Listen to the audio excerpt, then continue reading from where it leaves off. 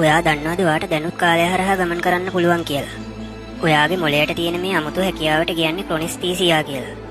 අපි අතීතය මතක් කරද්දී හරි අනාගතය ගැන හිතද්දී හරි අපේ මොළය ඇත්තට මේ කාලයට ගමන් කරනවා. මේක මතකයට වඩා එහා ගිය දෙයක්. සාමාන්‍ය මතකය කියන්නේ තොරතුරු දැනගෙන ඉන්න එක. ඒත් ක්‍රොනෙස්තීසියා කියන්නේ ඒ අත්දැකීම ආයි පාරක් විඳින එකට.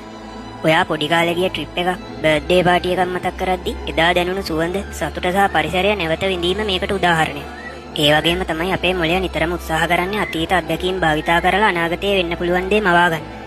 මේක අපේ පැවැත්මට ගොඩක් වැදගත්. උදාහරණයක් විදියට හෙට වැස්සොත් මම කුඩයක් ගෙනියන්න ඕනි කියලා හිතන්නේ මේ හැකියාව නිසා. ගොඩක් අය කියන්නේ මේ හැකියාව තියෙන්නේ මිනිස්සුන්ට විතරයි කියලා. මේක හොයාගත්තේ ප්‍රසිද්ධ මනෝවිද්‍යාඥ එන්ඩෙල් ටුල්වින්.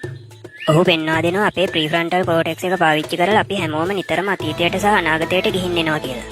ඔයාගේ හිතේ තියෙන මේ හැකියාව තමයි ඔයාව අද ඉන්න තැනට ගෙනාවේ.